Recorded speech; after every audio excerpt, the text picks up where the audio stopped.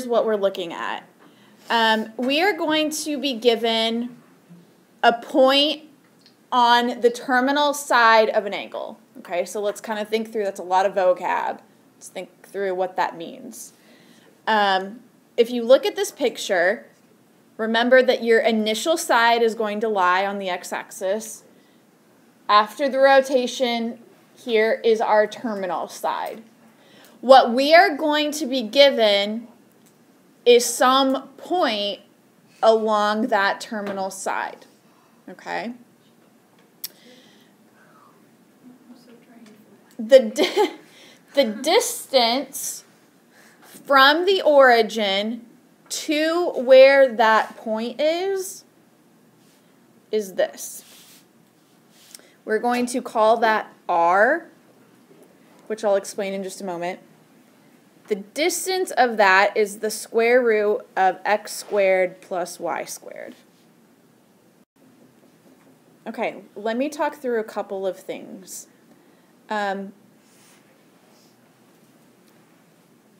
using r there. If you kind of look here, we see a right triangle. In terms of that right triangle, you're used to that being h for hypotenuse, right? We're changing that to r because what we're going to do, I'm not sure if we'll get, I'm thinking, it might not be next week, but the week after that. What we're going to be doing is we are going to be forming a circle, what we call the unit circle. So the reason why that's r is because that becomes the radius of the circle that we're going to be forming eventually, okay? Okay. So just understand that this is an r because eventually, you know, think about taking and creating a circle with that length being the radius, okay? So we'll get to that, but I wanted to explain why that was an r and not, you know, what you're used to. But I will tell you that this formula is just straight from the Pythagorean theorem. Think about taking off that radical. This would be r squared equals x squared plus y squared. Okay, this is just solving the Pythagorean theorem for that variable r. Okay.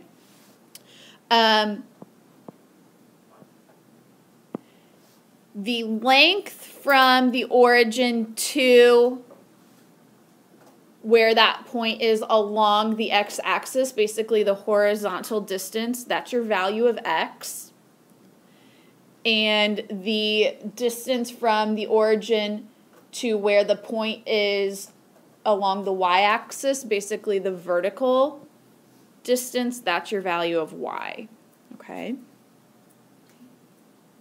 What we're going to do is define our 6 trig functions in terms of x, y, and r.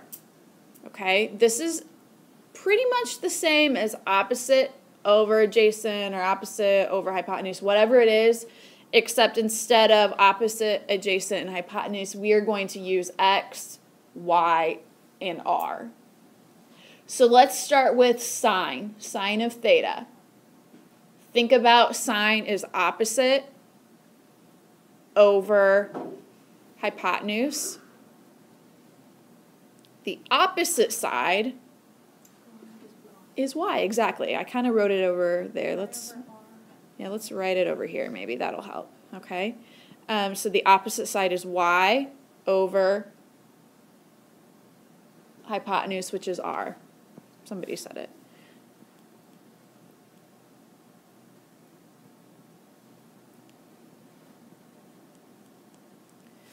All right, and why don't we go ahead and do cosecant with it so we know we're just going to take the reciprocal of that for cosecant.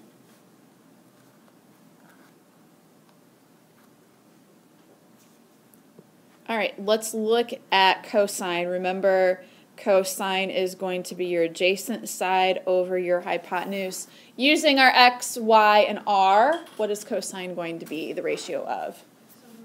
X over r, very good. And then for secant, just take the reciprocal of that.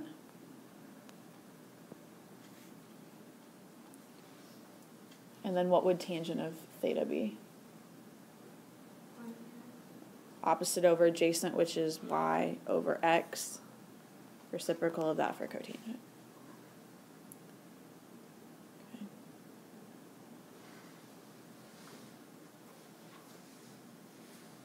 Here's what we're going to do. It says find the exact values of the 6 trig functions of theta, so our sine, cosine, tangent, etc., given a point on the terminal side of theta in standard position. So here's what we're given. P is -2, -3. We're given the actual coordinates of that point, okay? Now, here's the deal. I'm going to do it the hard way first. And then maybe you guys can find a shortcut. So what I'm going to start off doing is, I'm going to start off by kind of drawing this picture, but for the point that we're actually given. So here's my x and y axis. And I'm going to just plot the point -2, -3, just like I would any other ordered pair.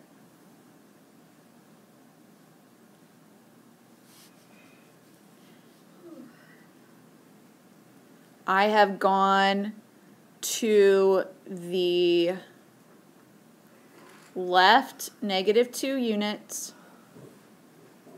and I have gone down -3 units. Would you agree with that?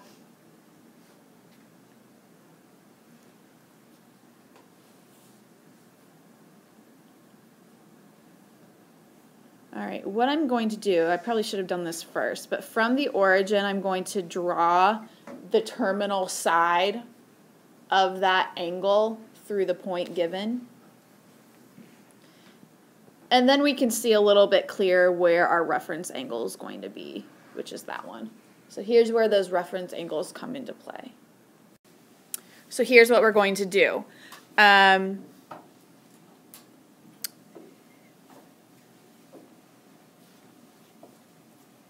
The sine, cosine, tangent, etc. of your reference angle is going to be the same as those trig functions for theta. That's the reason why we're finding the reference angle. If we know it for the reference angle, it's going to be the same for the angle theta. So what we're going to do is just list these out. Sine of theta, cosine of theta, tangent of theta, so on.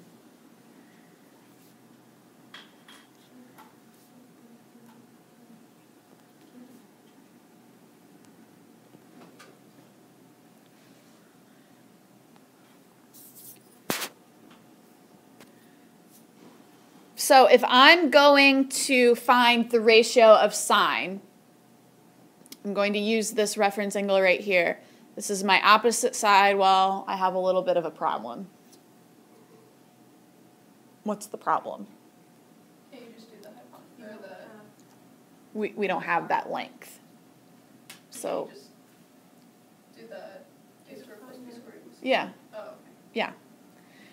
You can think about it in terms of just Pythagorean theorem, or you can use this square root of x squared plus y squared. Okay, that will give you the length of r as well.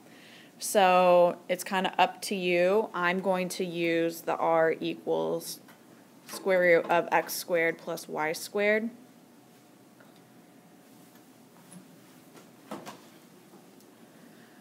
So this is a square root. -2 squared is 4. -3 squared is 9. We are keeping this as a radical. So the value or the length of r is radical 13. You can then use that value in your ratios. So sine would be opposite, which is -3. Over hypotenuse, which would be radical 13.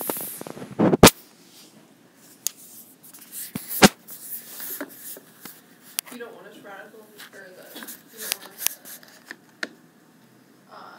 square rooting the 13? No, leave it as a radical, but what we do need to do here is what? You need to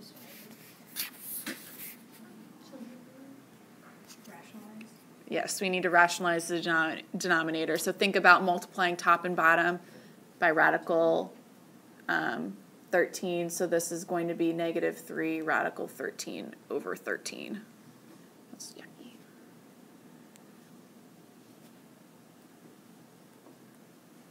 Okay.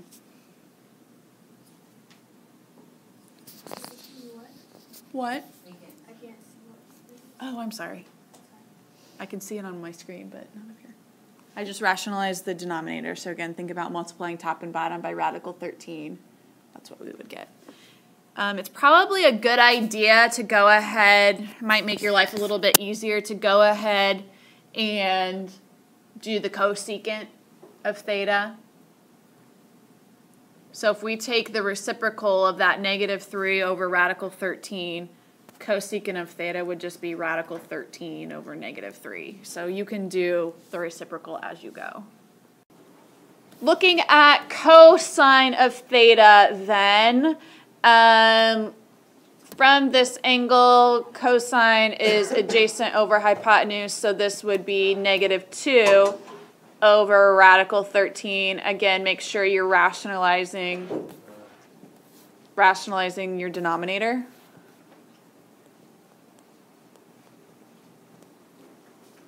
Oh, what am I doing? What am I doing? What am I doing? Sorry. Just by rationalizing, you're taking the top and bottom by the denominator, yep.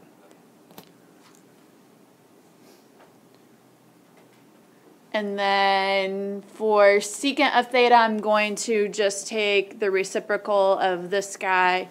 So secant of theta would be radical 13 over negative 2.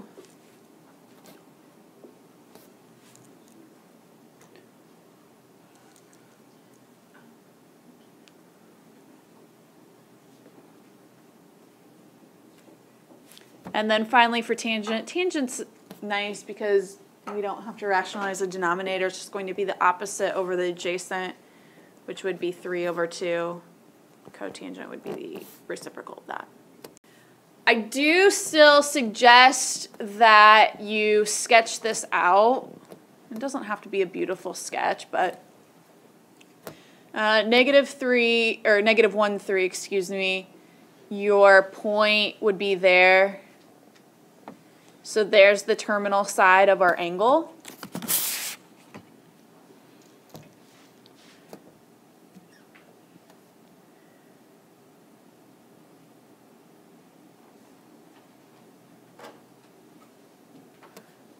Our reference angle would then be the terminal side and the closest part of the x-axis.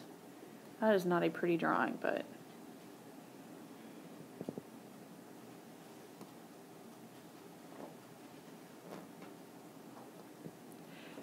you know that that first coordinate of your ordered pair is your x, right? Because you plotted that point.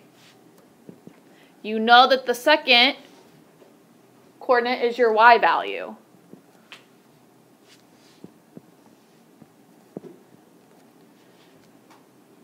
You know that you can always use this r equals x squared plus y, square root of x squared plus y squared to find your value of r. If you have x, y, and r, then you can use those little shortcuts in that chart that London was just talking about to get all of your ratios. That might be a little bit quicker, okay?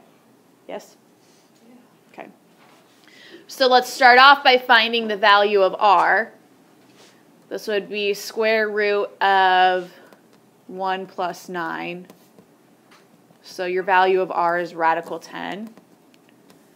You have x, you have y, you have r. You can use those ratios in the chart, bless you, to then write out the values of the trig ratios, or the trig functions, okay?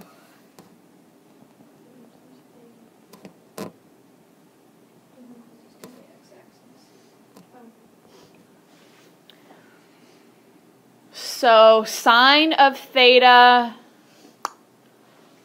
was y over r. Is that right? Sine of theta y over r? Yes. So if y is 3, r is radical 10, you do still need to rationalize your denominator here.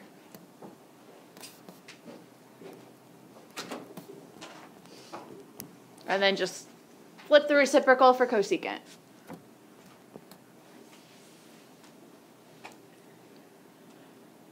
Cosine would be x over r, so negative 1 over radical 10. Rationalize your denominator.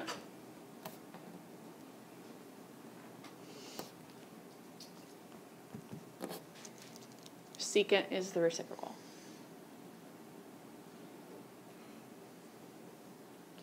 Tangent is y over x, so negative 3. Reciprocal of that is negative 1/3. Sorry. All right. What I went ahead and drew was the point and your reference angle. Kelly, what did you get for your length of r? Radical 34. Okay. Anna Marie, what did you get for sine of theta?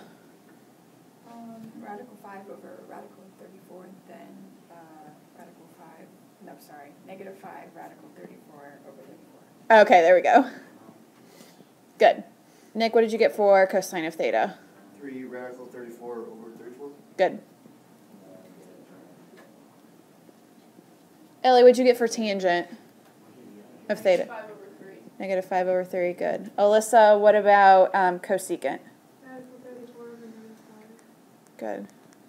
Liam, what about secant? I actually messed up getting R, so I'm not entirely sure. Okay, I'll come back to you then. Brianna, cotangent? I got 3 over negative 5. Okay, It's radical 34. good. Radical 34 over 3. Okay, awesome. Nice job, guys.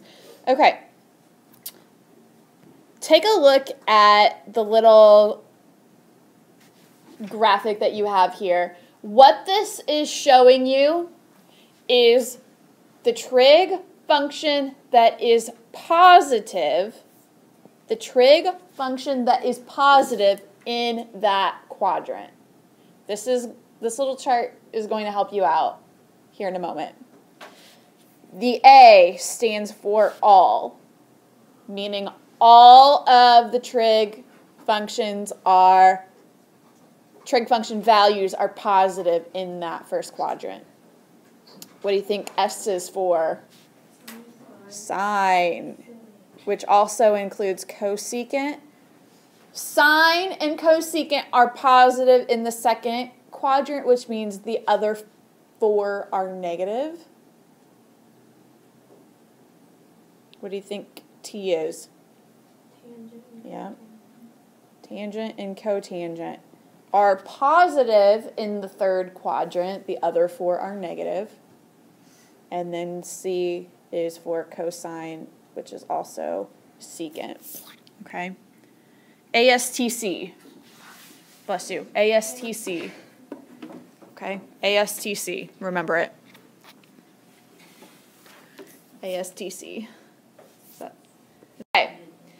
How this helps us, if you take a look at what number 4 says, if we know which quadrant contains the terminal side of theta, okay, let me say that again. If we know what quadrant the terminal side is in, and the exact value of one trig function, then we can find the others. So we're kind of doing the same thing, but we're going to be given different information. Example, here's what we're going to be doing. It says that the terminal side of theta in standard position is in quadrant 2. So the first thing that I would suggest you do is sketch that. So here's your coordinate grid. You know that the terminal side is in quadrant 2. You don't really know exactly where in quadrant 2, so just kind of draw it in. It's probably not going to end up being exactly where it should be, but that's okay. but you know that that is your terminal side. Go ahead and draw in your reference angle.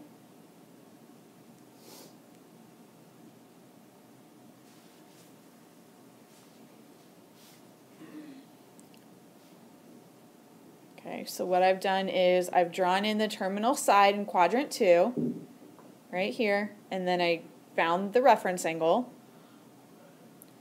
Now, the other pieces of information that we have is that the cosine of theta. So, okay, the other thing, guys, that we know here is that the cosine of that angle is -3/5. Here's where we need to think. Cosine is the ratio of what? X and R. Okay, cosine, no, that's awesome. Cosine is the ratio of x over r. So I'm going to put what where in my picture?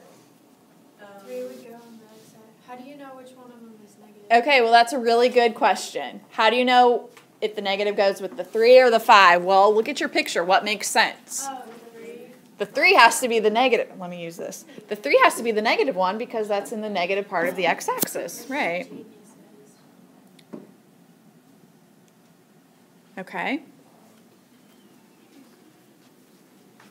So then what you could do at that point is just a little Pythagorean theorem to find your value of r. And then from that, you could find any of your trig function values. Isn't value of R the hypotenuse? Could be value of Y. Yeah. Right? I really thought y in my head, yeah. Y, not r. Okay, so to find that value of y, we would do -3 squared plus y squared equals the 5 squared.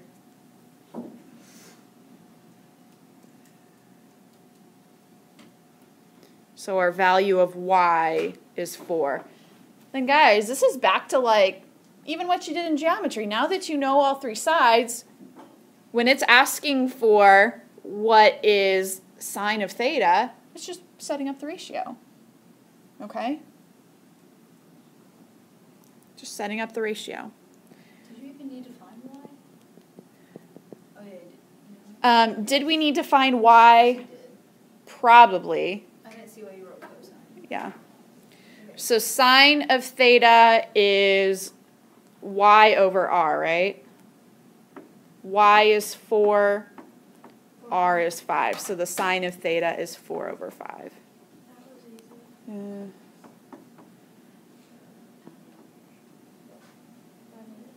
That's it. Is that all right? All right. I want to do the next one with you because there's something a little different about the next one. All right. We are told the terminal side of theta is in quadrant 3. So let's get that drawn up.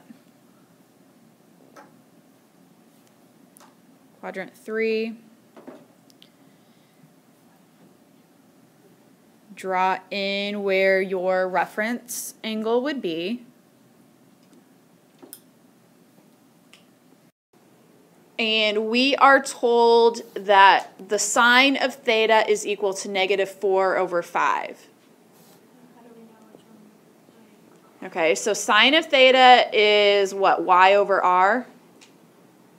So again, look at your picture to figure out which one gets the negative. Look at your y. That's in the negative part of the y-axis. So that would be... Isn't the X? Yeah, the X is -2. I know, but we don't know x yet. We know... Okay, never mind. We don't know x yet. We know y and r. Okay? Is R ever going to be negative, or is it? Okay, so at this point, what we can do is use Pythagorean theorem to find our value of x. So -4 squared plus x squared equals 5 squared.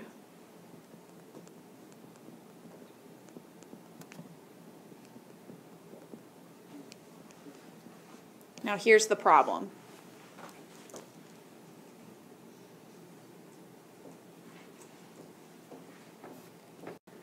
When I solved for x, I got the x is 3. Does that make sense if you put that on the picture? What would make more sense? Yeah, so what you need to do is pay attention to whether it's going to be a positive or a negative. Okay. Think about it. You don't have to like do a certain thing. You just have to think about it. To me, I just look at the picture that I've drawn. Yeah. Okay. And then once you have all of that, you have the correct sign for the value you found. Then you can go ahead. This time it's asking for tangent of theta. That would be opposite over adjacent, 4/3. Right?